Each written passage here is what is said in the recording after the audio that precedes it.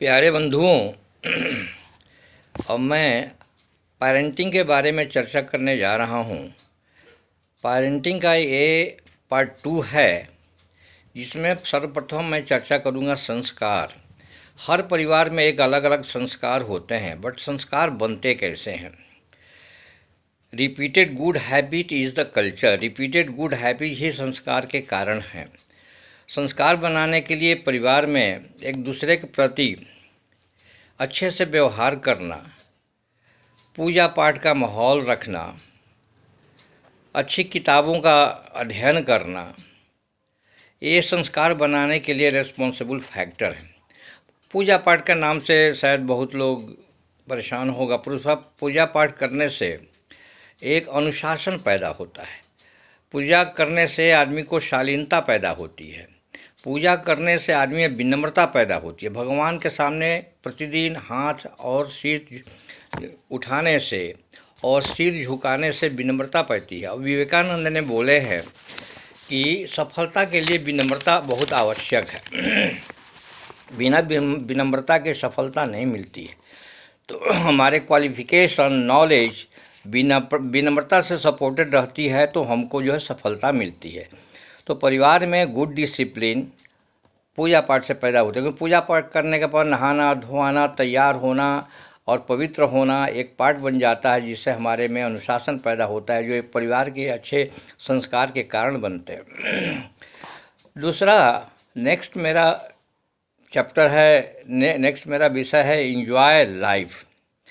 Enjoy life कैसे करेंगे, परिवार में हैप्पीनेस कैसे पैदा करेंगे। हैप्पीनेस पैदा करने के लिए हमको हर एक दूसरे के बात को एक्सेप्ट करना है, हाँ बोलना है, पॉजिटिव वर्ड्स का ज़्यादा यूज़ करना है। हैप्पीनेस लाने के लिए हमको स्माइल करना है, लाफ करना है और स्वीट वर्ड्स का यूज़ करना है, लव एंड अफेक्शन का यूज़ करना है।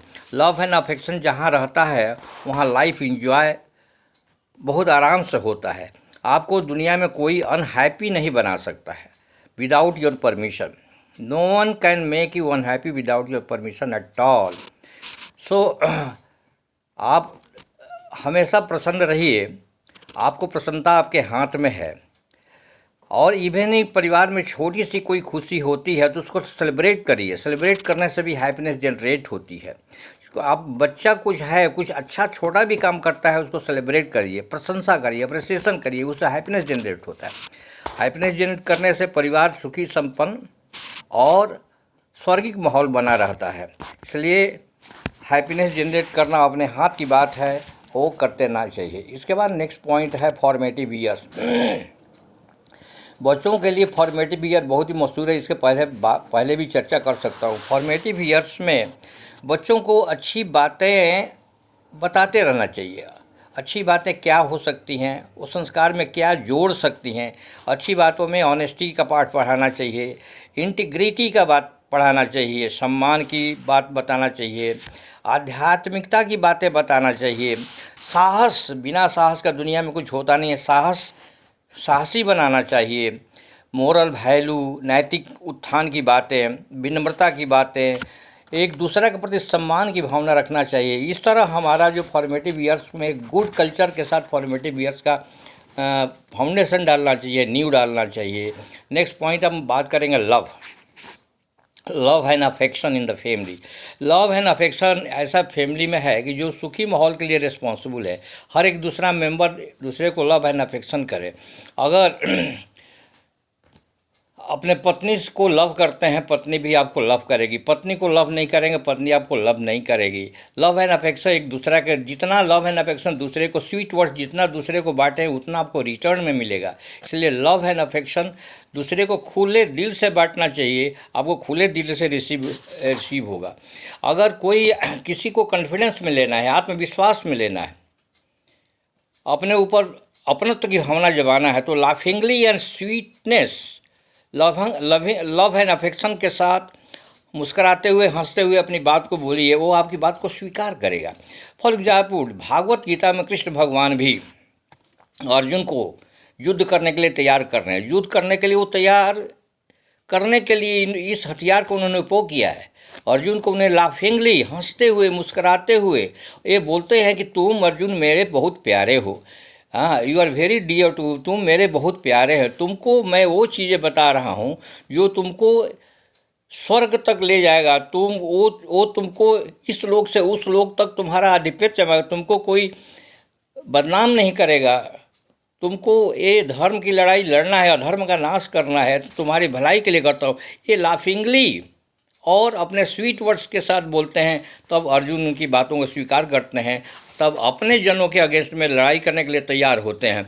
इसलिए लाफिंगली एंड लव एंड अफेक्शन के साथ दूसरे पर कॉन्फिडेंस लाने के लिए, अपनों से अपनत्व लेने के लिए बहुत ही महत्वपूर्ण है, बहुत ही इम्पोर्टेंट है।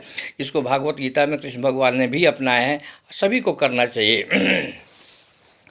रीडिंग मेरा जो है अभी नेक्स्ट पॉइंट है। रीडिंग में बच्चों को गुड हैबिट और डेवलप होती है। रीडिंग से हमारा नॉलेज बढ़ता है। ये दुनिया नॉलेज की दुनिया है। इस दुनिया में जिसको नॉलेज नहीं है वो दुनिया में कहीं टिक नहीं सकता, उसको सफलता बिल्कुल हाथ नहीं लग सकती है।